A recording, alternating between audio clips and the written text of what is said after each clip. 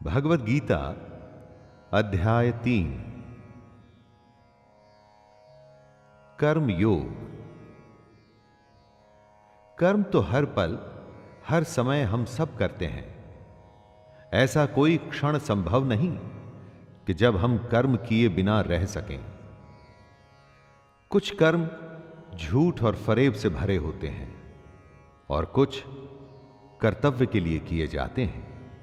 तो फिर ऐसे कौन से कर्म हैं जो हमें हमारे लक्ष्य तक ले जाएंगे? उसी के एनालिसिस श्री कृष्ण हमारे लिए करेंगे और हम उसे आम जन जन की भाषा में, यानी कि आपकी ही बोली में आपके लिए लाए हैं। मैं शैलेंद्र भारती प्रणाम के साथ गीता के अध्याय 3 को प्रस्तुत करता हूं। अर्जुन उवाच ज्यायसी चित्कर्मणस्ते मता बुद्धिर्जनार्दन तत्किं कर्मणि घोरे मां नियोजयसि केशव।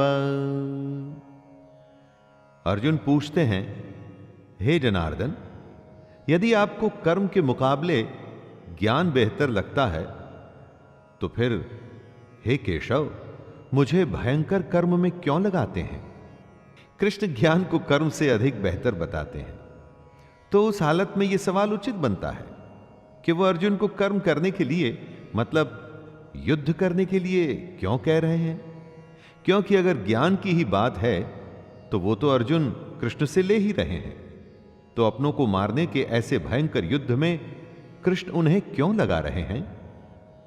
दोस्तों, कितनी ही बार हमारे मन में ऐसे प्रश्न आते हैं कि कर्म आखिर क्यों करना? व्यामिश्रेणेव वाक्येन बुद्धिं मोहयसीव मे तदेकं वद निश्चित्य येन श्रेयोऽहमाप्नुयाम्। कृष्ण की बात सुन के अर्जुन की बुद्धि मोहित हो रही थी। समझने के बजाय वो और ज्यादा उलझ रहा था। इसलिए अर्जुन कृष्ण से कहता है, एक बात बताइए प्रभु, जिससे मेरी उलझन दूर हो सके। अर्जुन कहना चाहते हैं कि भगवान कंफ्यूज मत करिए, मेरी दुविधा को दूर करके कोई एक बात बताइए जिस पे मैं चल सकूं। कृष्ण ने जो बातें बताई वो गूढ़ हैं, कॉम्प्लिकेटेड हैं, गहरी हैं। ऊपर से देख के ऐसा लगता है कि ये तो बस ज्ञान की बातें हैं, इन पर चलें तो चलें कैसे? यही दुविधा अर्जुन की भी है और कृष्ण उत्तर दे रहे हैं। श्री भगवानुवाच लोकेस्मिन् द्विविधा निष्ठा पुरा प्रोक्ता मया नघ ज्ञानयोगेन सांख्यानां कर्मयोगेन योगिनाम्। श्री भगवान अर्जुन से कहते हैं कि इस दुनिया में दो प्रकार की निष्ठा, दो प्रकार के विश्वास हैं। एक तो है सांख्य योग, जिसका रिश्ता ज्ञान से है, और दूसरा है कर्म योग, जिसका कि लेना देना सिर्फ कर्म से है। निष्ठा का अर्थ है कुछ भी करने की सबसे परिपक्व अवस्था, पराकाष्ठा। अपनी इंद्रियों को वश में कर परमात्मा में ध्यान लगाना ज्ञान योग से होता है, और इसको कहते हैं संन्यास या सांख्य योग। और दूसरा होता है कर्म योग, मतलब निष्काम कर्म करके फल में आसक्ति न रखना।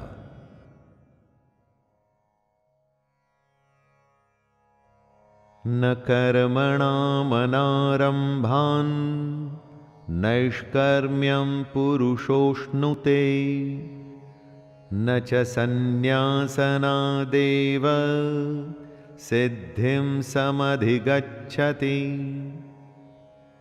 मनुष्य न तो कर्मों को शुरू किए बिना निष्कर्मता को अर्थात योग निष्ठा को प्राप्त होता है और न कर्मों के केवल छोड़ देने से सिद्धि यानी सांख्य निष्ठा को ही प्राप्त होता है।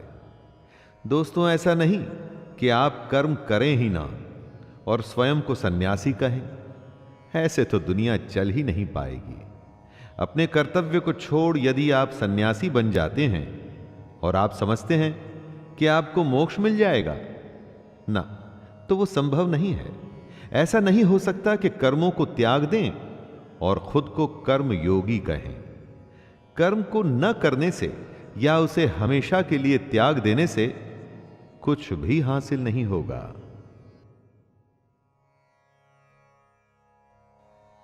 नहि कश्चित् क्षणमपि जातु तिष्ठत्य कर्म कृत् कार्यते ह्यवशः कर्म सर्वः प्रकृतिजैर्गुणैः। ऐसा हो ही नहीं सकता कि मनुष्य किसी भी काल में क्षण मात्र भी बिना कर्म किए रह जाए। हमारी दुनिया ऐसी है, हम चाहें या न चाहें, कर्म तो हमें करना ही पड़ेगा। कर्म न करना भी कर्म करना ही है। जिस तरह हम इस दुनिया में आए हैं, जिस तरह से प्रकृति ने हमें, नेचर ने हमें बनाया है, उसका गुण यही है कि हम हर समय कर्म करें। प्रकृति में कभी कुछ रुकता नहीं।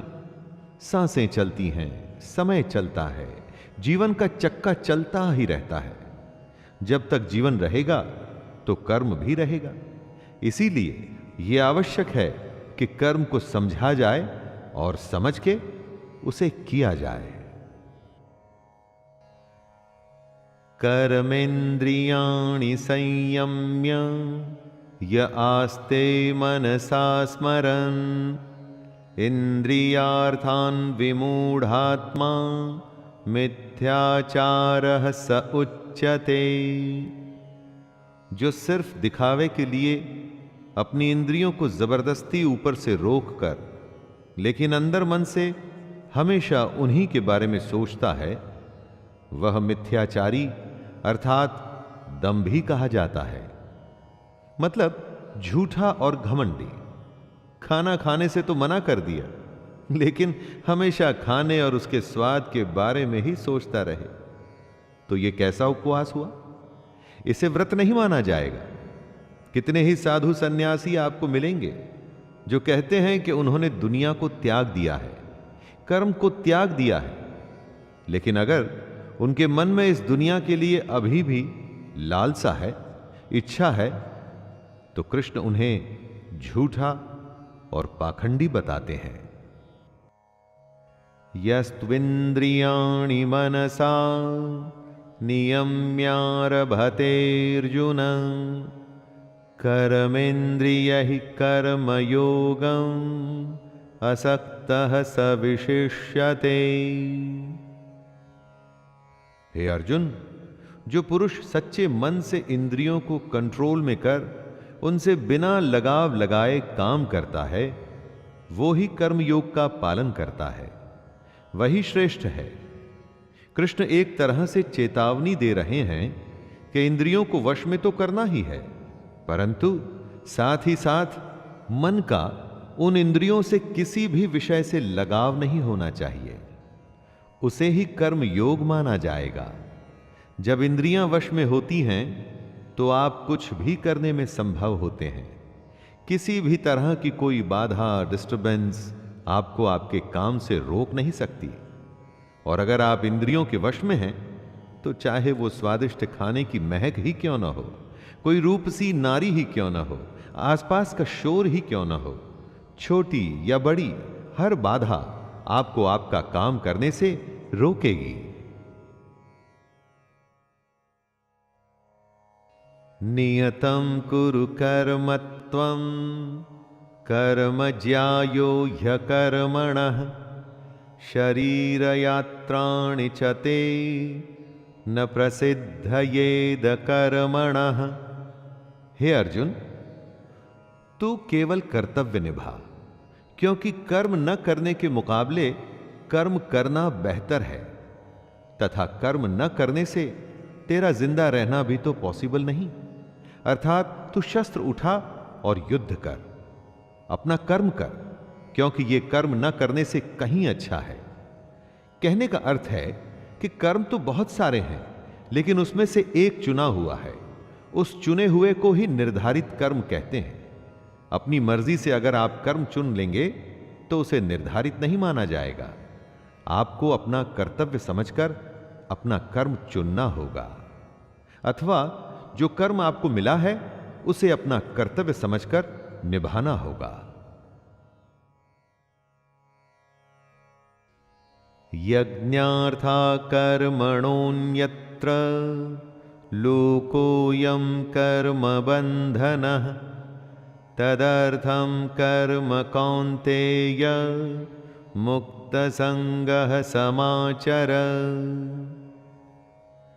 इस श्लोक में कृष्ण पूरे समाज की भलाई वाले कर्म को समझा रहे हैं। यज्ञ वो होता है जिसमें सब शामिल होते हैं।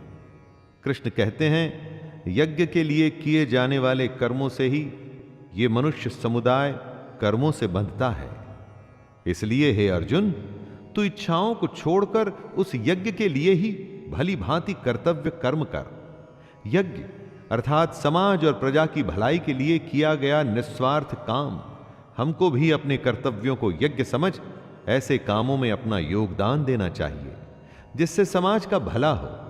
अगर हम सब अपने काम को यज्ञ समझ उसे सम्मान पूर्वक करें तो सबका भला होगा। इसे ही आप निर्धारित कर्म भी मानिए।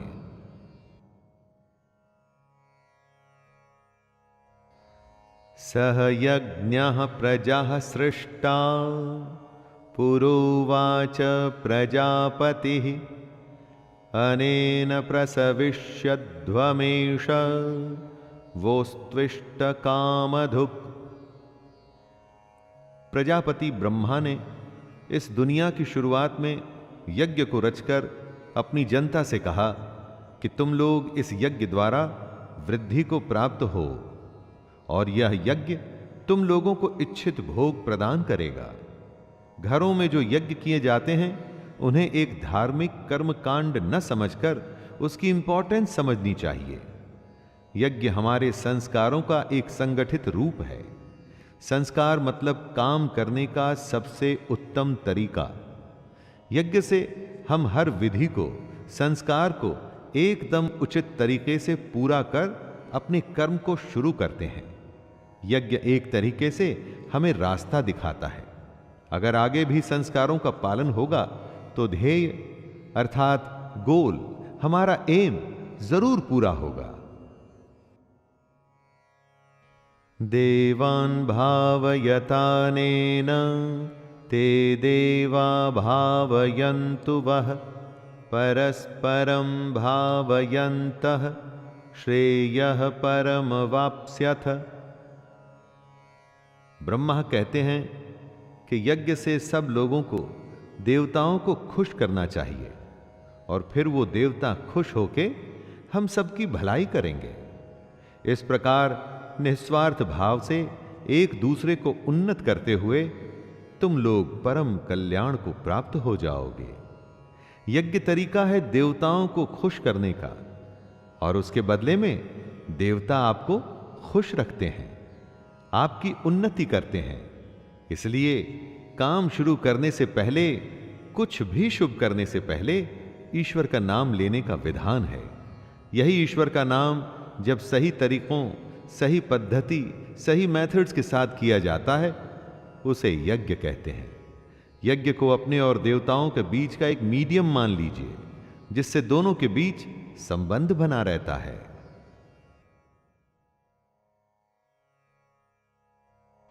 इष्टान् भोगान् हि वो देवा दास्यन्ते यज्ञ भाविताः तैर्दत्तान् प्रदायैभ्यो यो भुङ्क्तेस्तेन एव सः।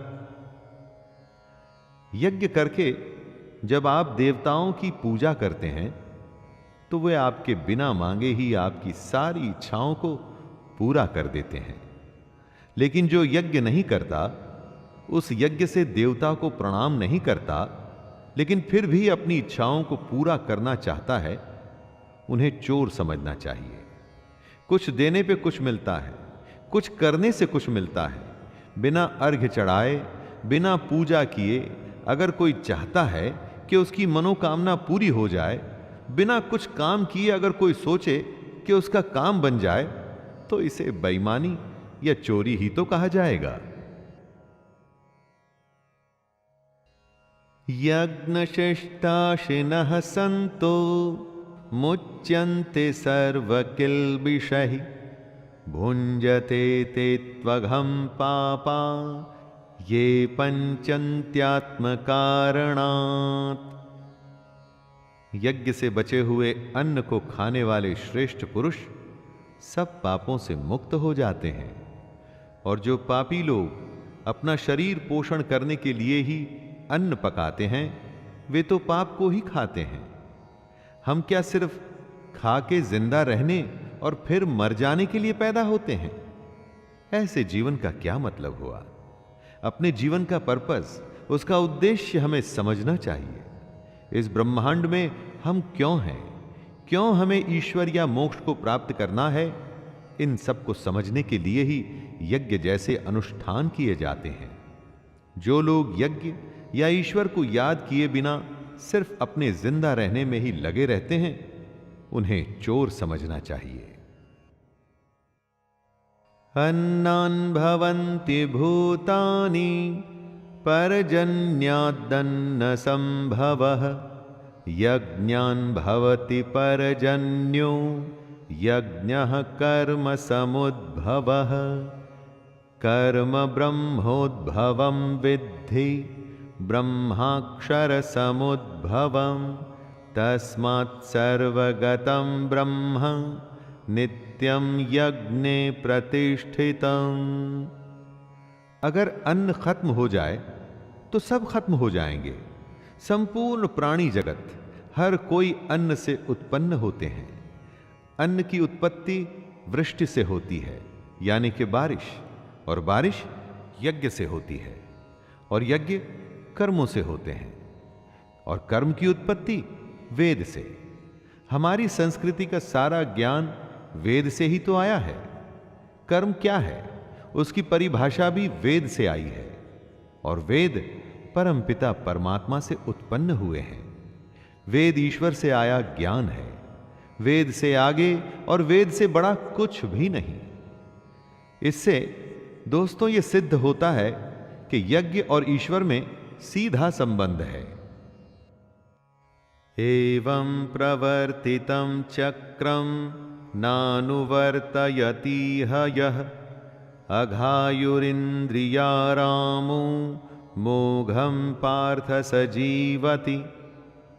कृष्ण कह रहे हैं, हे पार्थ, जो पुरुष परंपरा से नहीं चलता, जो सृष्टि चक्र प्रकृति के नियमों का पालन नहीं करता, मतलब जो अपने कर्तव्य का पालन नहीं करता, वह इंद्रियों के द्वारा भोगों में रमण करने वाला पापायु पुरुष व्यर्थ ही जीता है।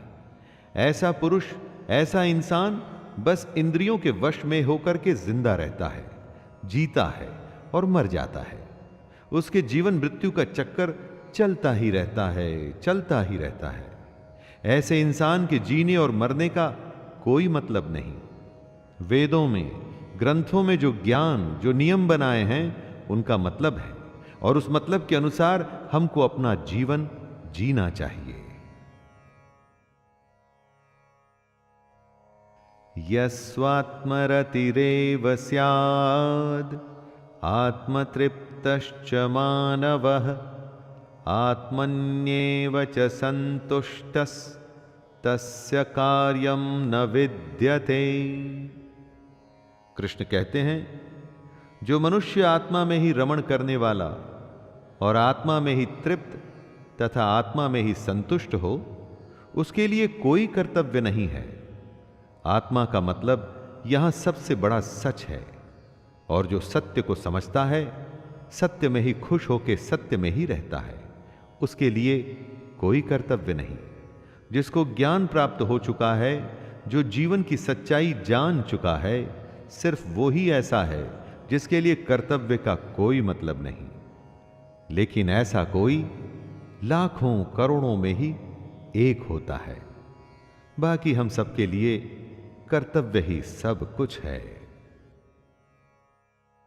संजय उवाच नैव तस्य कृतेनार्थो न कृतेनेह कश्चन न चास्य सर्वभूतेषु कश्चिदर्थ व्यपाश्रयः।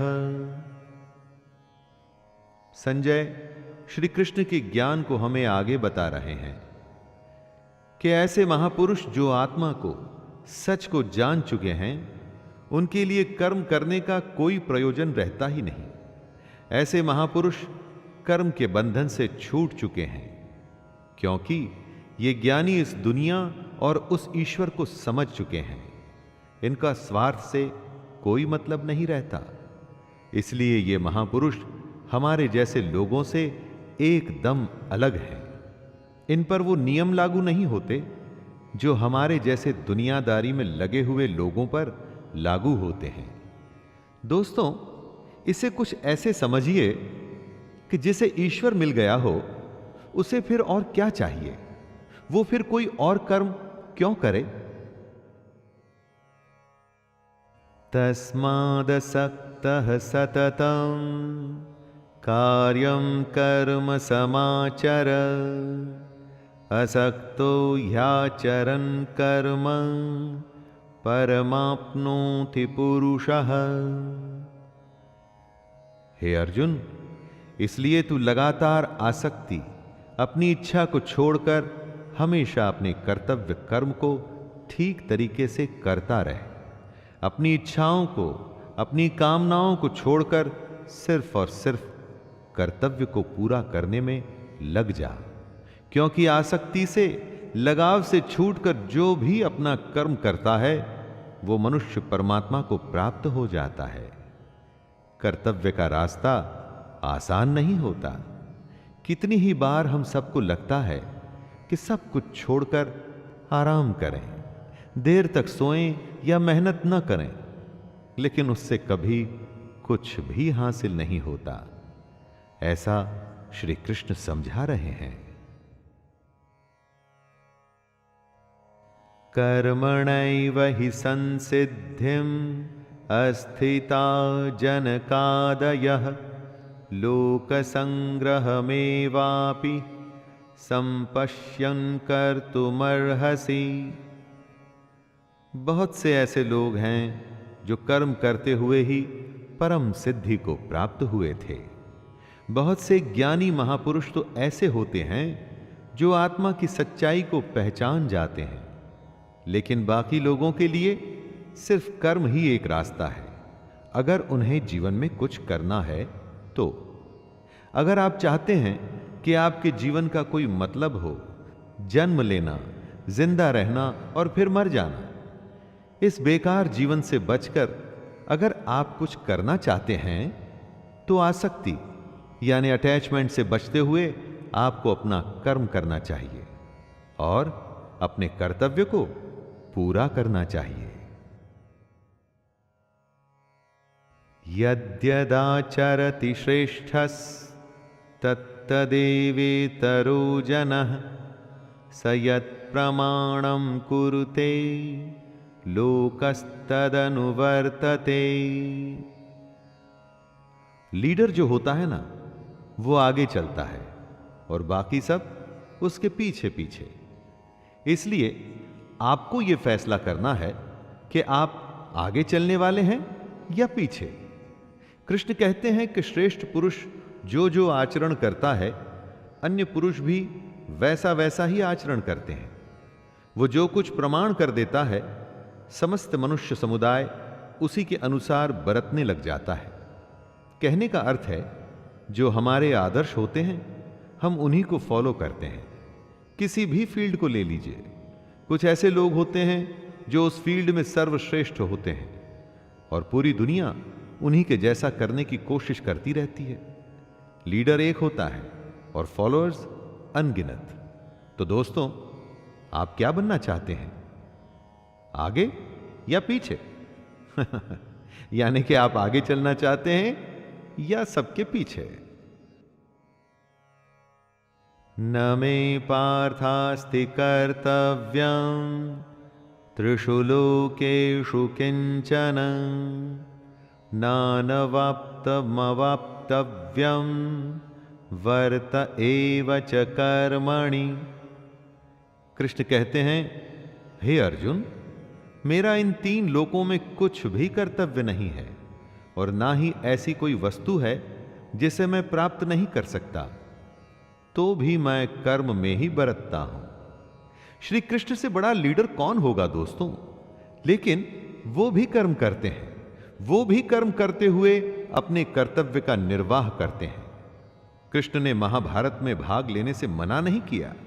उनकी नारायणी सेना कौरवों के साथ थी, लेकिन वो खुद अर्जुन के साथ, वो अर्जुन के सारथी बने। जब कृष्ण अपना कर्म करके अपने कर्तव्यों को पूरा कर रहे हैं, तो हम कौन होते हैं, हम क्या हैं? फिर हम क्यों न करें?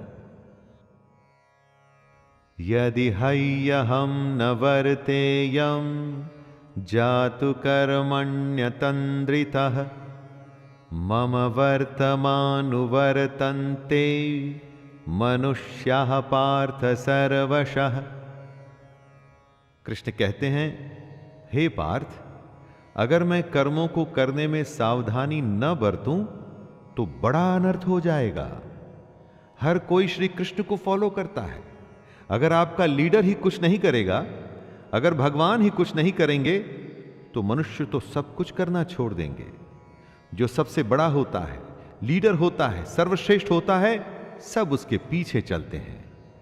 अब अगर कृष्ण ये सोचते कि मैं तो भगवान हूं और मैं कर्म नहीं करूंगा, तो उन्हें किसी और को ज्ञान देने का क्या अधिकार रह जाता? ईश्वर होते हुए भी उन्होंने अपने हर कर्तव्य का पालन किया, कर्म से कभी पीछे नहीं हटे। उनके पग चिन्हों पर ही अब हमें चलना है और कोशिश करनी है सर्वश्रेष्ठ बनने की। यदि उत्सिदेयुरिमे लोका न कुर्यां कर्म चेदहं शंकरस्य च कर्तास्याम् उपहन्यामि महाप्रजाः। कृष्ण बता रहे हैं, यदि मैं कर्म न करूं तो ये सब मनुष्य नष्ट भ्रष्ट हो जाएं और मैं संकरता का करने वाला होऊंगा तथा मेरी वजह से सारी प्रजा नष्ट हो जाएगी। अगर कृष्ण कर्म नहीं करेंगे तो दोस्तों दुनिया खत्म हो जाएगी, मनुष्य नष्ट हो जाएंगे। सोचिए, ये दुनिया उन्हीं की तो लीला है, माया है, खेल है, और जिसने खेल को रचा है, अगर वो ही अपना कर्म नहीं करेगा तो दुनिया में क्या बचेगा? चाहे वो ईश्वर हो या साधारण इंसान, नियम तो सब पर लागू होते हैं। अगर कर्म का नियम है तो वो कृष्ण को भी करना पड़ेगा और हमें और आपको भी। सक्तः कर्मण्य विद्वांसो यथा कुर्वन्ति भारत कुर्याद्विद्वांस तथा सक्तः चिकीर्षुर्लोक संग्रहम्। हे भारत, जिनमें समझ नहीं होती ना, वो कर्म में आसक्त होकर काम करते हैं। विद्वानों को, समझदारों को बिना लगाव के कर्म करना चाहिए। क्या यज्ञ करने से हम ज्ञानी हो जाते हैं? कर्म को सही विधि करने से क्या हम ज्ञानी हो जाते हैं? नहीं, कर्म करना है लेकिन उससे आसक्ति, अटैचमेंट नहीं रखनी, और ऐसा करना आसान नहीं है। अगर कोई ऐसा ज्ञानी है जिसका कि कर्मों से कोई लेना देना नहीं, जैसे कि साधु, सन्यासी, जिनकी कर्म में आसक्ति नहीं, तो ऐसे लोगों को समाज सेवा में लग जाना चाहिए। ये उनके लिए कहा गया है जिन्हें लगता है कि दुनिया छोड़ सन्यासी बनने से उन्हें भगवान या सत्य की प्राप्ति हो जाएगी। न बुद्धि भेदम जनयेद ज्ञानां कर्म संगिनां जोषयेत् सर्वकर्माणि विद्वान् युक्तः समाचरन्। जो ज्ञानी हैं, जिन्हें ईश्वर की सच्चाई मालूम हो चुकी है, उनकी यह जिम्मेदारी बन जाती है कि उनके काम करने के तरीके से कहीं किसी और के मन में कर्म के प्रति अश्रद्धा, अपमान सब पैदा न हो जाए। आप किसी ज्ञानी को देख ये सोच सकते हैं कि वो कुछ करते ही नहीं, तो मैं भी ना करूं। इसलिए ये उन ज्ञानियों, महापुरुषों के लिए जरूरी है कि वो ऐसा उदाहरण सामने रखें जिससे हर कोई अपना कर्म, अपना कर्तव्य करने के लिए प्रेरित हो। दोस्तों, साधु को देख अगर सब अपना परिवार छोड़कर दुनिया छोड़ने लगे तो दुनिया चल नहीं पाएगी। प्रकृतेः क्रियमाणानि गुणैः कर्माणि सर्वशः अहंकार विमूढ़ात्मा कर्ताहमिति मन्यते। हर इंसान की एक प्रकृति होती है, एक नेचर होता है। अपनी उस प्रकृति के अनुसार ही वो कर्म करता है। हर कर्म उस प्रकृति के गुण के हिसाब से ही होता है।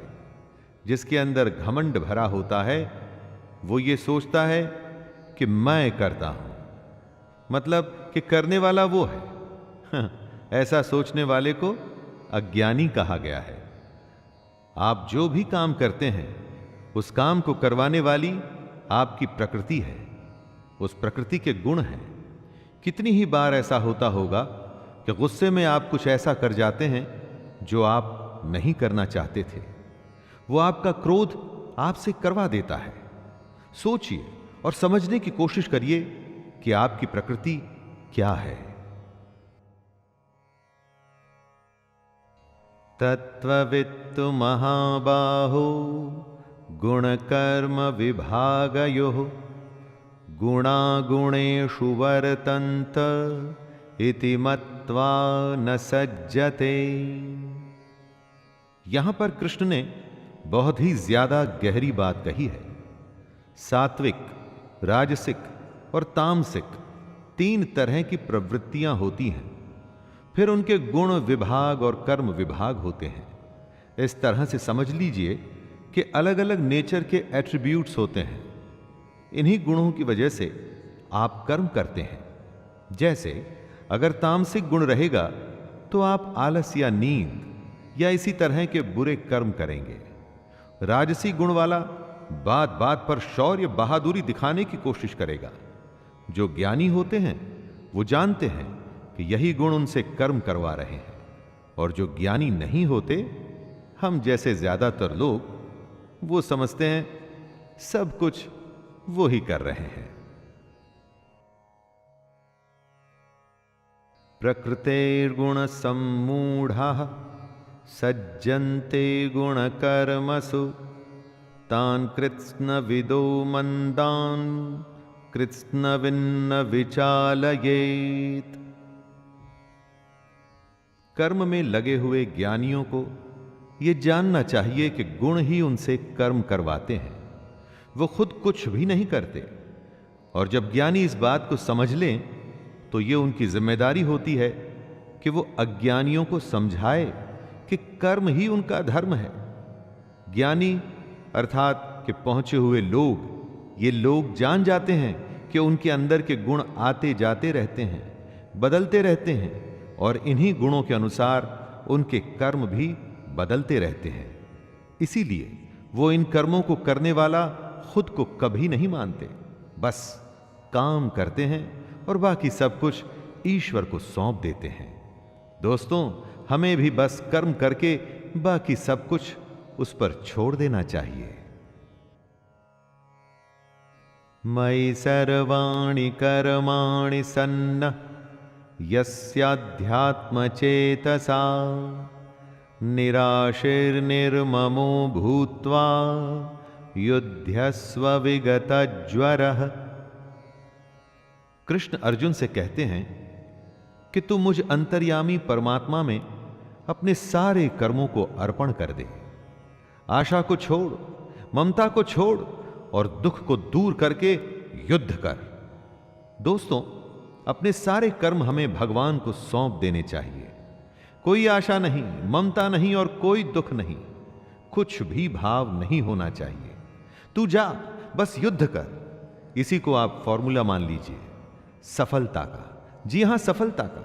कुछ भी करने का, आगे बढ़ने का, आशा, ममता, दुख सब कुछ भूल के बस काम में लग जाइए और उन्नति करते जाइए।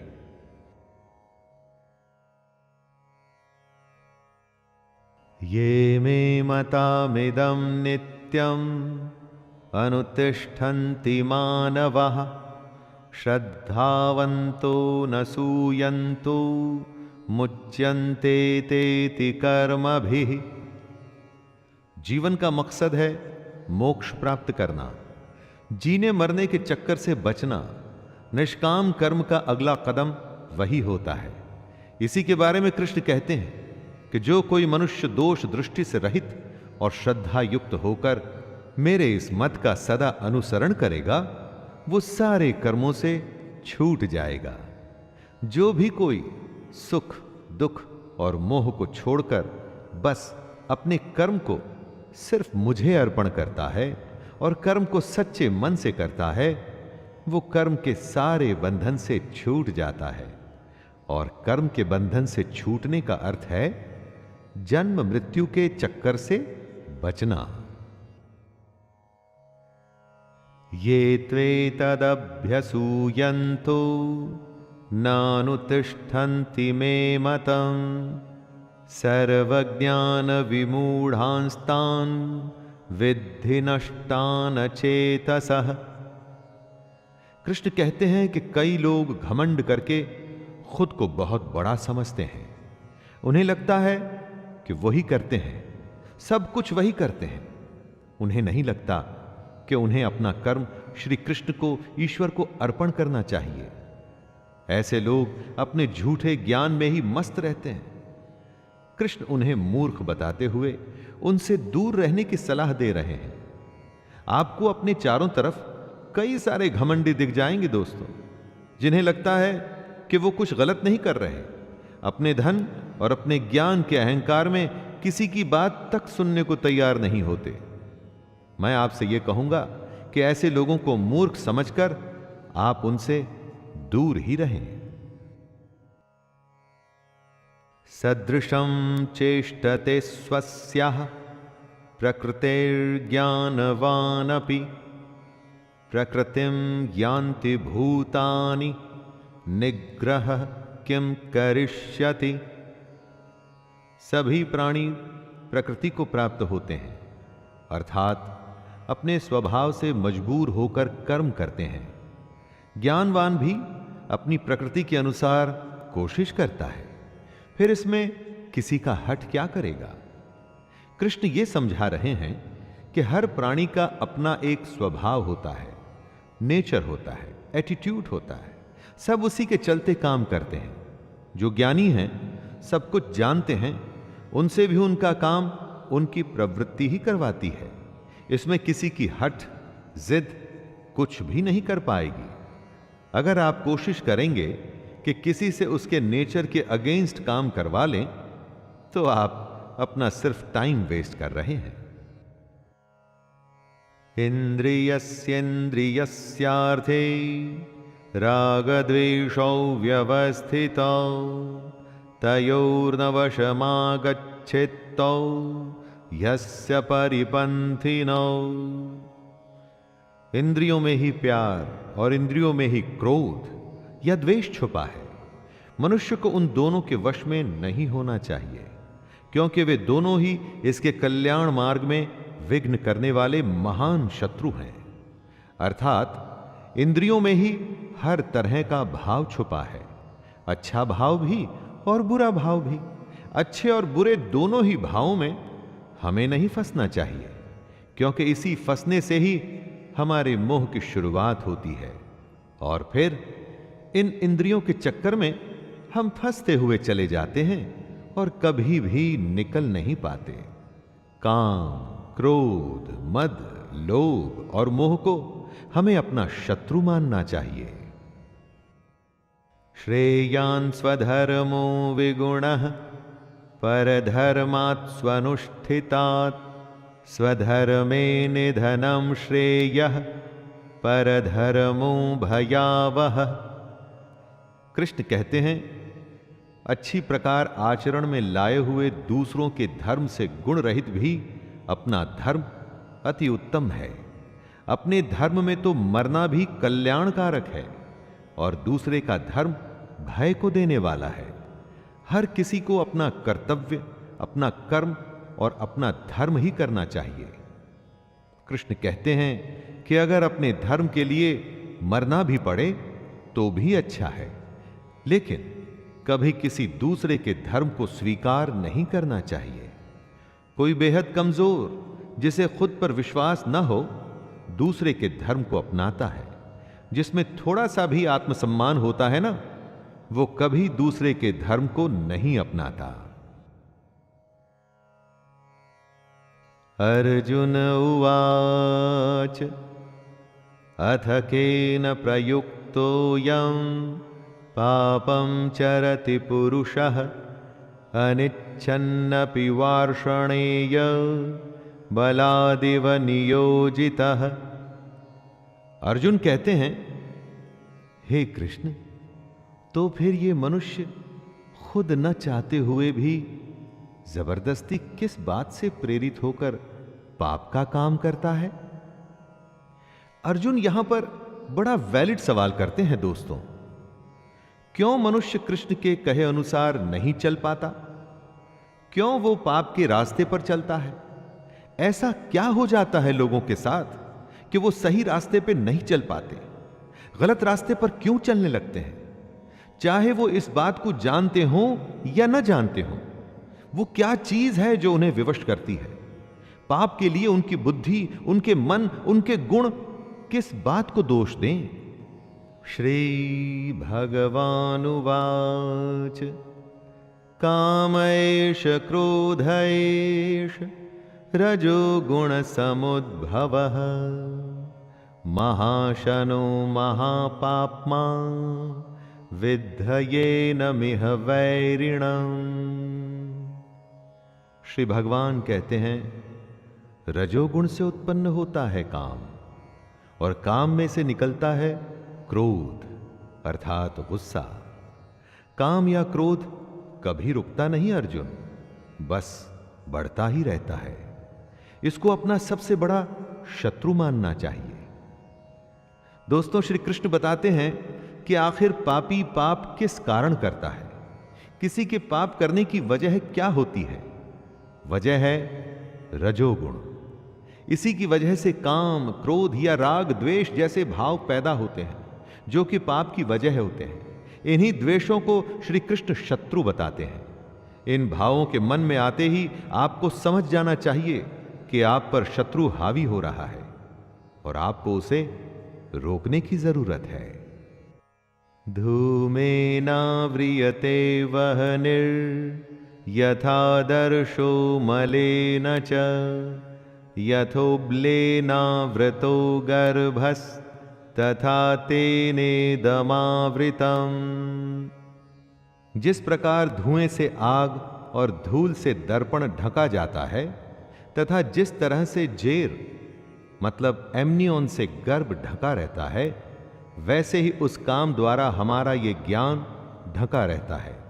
राख जलती रहती है और उसके धुएं में आग छुपी रहती है। शीशे पर अगर धूल हो तो चेहरा साफ नहीं दिखता। उसी तरह से जब ये काम, क्रोध जैसे विकार, ये जो कमियां हैं, हमारे अंदर में मौजूद ज्ञान को छुपा के रखती हैं। सब कुछ हमारे अंदर है, बाहर कुछ भी नहीं। ये ऐब, कमियां हमारे अंदर रहकर असली ज्ञान को छुपाकर एक तरह से हमें विवश कर देती हैं और हमें पाप करने के लिए उत्साहित करती हैं। इसलिए श्री कृष्ण इन्हें शत्रु बताते हैं। आवृतम ज्ञानमेतेन ज्ञानिनो नित्यवैरिणा कामरूपेण कौन्तेय दुष्पूरेणानलेन च। हे अर्जुन, ये ऐसी आग है जो कभी बुझती ही नहीं। इस आग का मतलब है काम, और इसी से मनुष्य का ज्ञान ढका हुआ है। भोगों से कभी कोई तृप्त नहीं हुआ है। पैसा अगर कमाया है तो और कमाना है, खाना अगर खाया है तो और खाना है। भोगों का कोई अंत नहीं होता, बल्कि ये भोग मनुष्य का अंत करके ही मानते हैं। जैसे आग को अगर ईंधन मिलता रहे तो वो कभी बुझती नहीं। इन भोगों को जब आप बढ़ाते हैं तो आप जलती हुई अग्नि में ईंधन ही डाल रहे हैं। काम, क्रोध, मद, लोभ और मोह को नियंत्रण में रखना ही इस आग को बुझाने का एक तरीका है। इंद्रियाणि मनोबुद्धिरस्य अधिष्ठानमुच्यते एतैर्विमोहयत्येष ज्ञानमावृत्य देहिनम्। कृष्ण अर्जुन को समझा रहे हैं कि इंद्रियां, मन और बुद्धि ये सब इसके घर कहे जाते हैं। ये काम इन मन, बुद्धि और इंद्रियों द्वारा ही ज्ञान को कवर करके जीवात्मा को मोहित करता है। काम, क्रोध जैसे विकार, कमियां इंद्रियों, मन और बुद्धि में रहते हैं। ये इनके घर हैं जहां इनका निवास होता है। घर में रहकर ये कमियां घर के मालिक को मोहित कर उसे ही खत्म करने की कोशिश करती हैं। कुछ अच्छा देख मन में लालच आता है। काम पूरा न होने पर क्रोध आता है।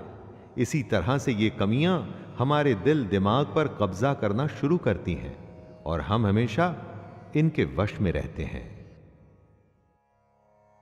तस्मात्त्वमिन्द्रियाण्यादौ नियम्य भरतर्षभ पाप्मानं प्रजहिह्येनं ज्ञान विज्ञान नाशनम्।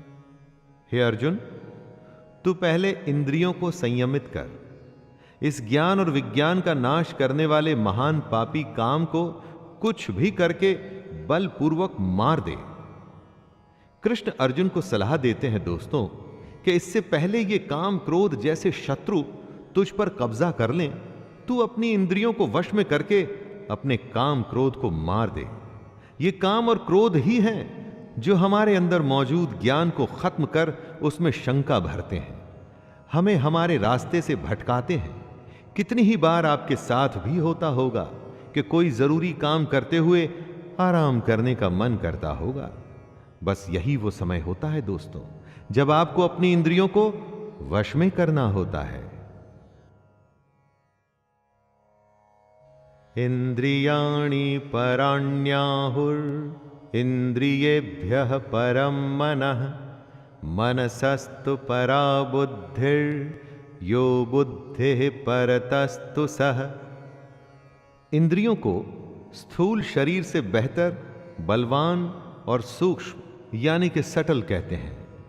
इन इंद्रियों से बेहतर मन है, मन से भी बेहतर बुद्धि है, और जो बुद्धि से भी बड़ा है वो आत्मा है। कृष्ण कहते हैं कि हमारे शरीर से श्रेष्ठ हमारी इंद्रियां हैं। सही बात है, किसी भी शरीर को उसकी इंद्रियां पल भर में वश कर लेती हैं, लेकिन इंद्रियों से बड़ा मन है। आप अपने मन से इंद्रियों को कंट्रोल कर सकते हैं, और मन से बड़ी बुद्धि है। गहरी बात है दोस्तों, इस बात को ध्यान में रखिएगा। तो अभी तक सबसे बड़ी हुई बुद्धि, और बुद्धि से बड़ी है आत्मा, और इसी आत्मा को समझने का ये सारा खेल है। एवं बुद्धि परम बुद्धवा संस्तभ्यात्मानमात्मना जहि शत्रुं महाबाहो कामरूपम दुरासदम्। कृष्ण अपनी बात को समझाते हुए कह रहे हैं कि हे अर्जुन, इस प्रकार बुद्धि से बेहतर अर्थात सूक्ष्म, बलवान और अत्यंत श्रेष्ठ आत्मा को मान। बुद्धि से अपने मन को वश में कर, और हे महाबाहो, तू इस काम रूप दुर्जय शत्रु यानी कि इनविंसिबल एनिमी को मार डाल। बुद्धि से मन को वश में करना है, अगर मन वश में हो गया तो आप इंद्रियों को भी वश में कर लेंगे। जब मन और इंद्रियां आपके वश में हैं तो फिर उसका अगला कदम होगा आत्मा के पास पहुंचना। आत्मा परमात्मा का ही एक रूप है और आपकी बुद्धि आपको आपकी आत्मा के करीब पहुंचा सकती है। तो दोस्तों, ये था भगवत गीता का अध्याय 3 और यहीं पर आज्ञा दीजिए आपके अपने शैलेंद्र भारती को। धन्यवाद। जय श्री कृष्ण।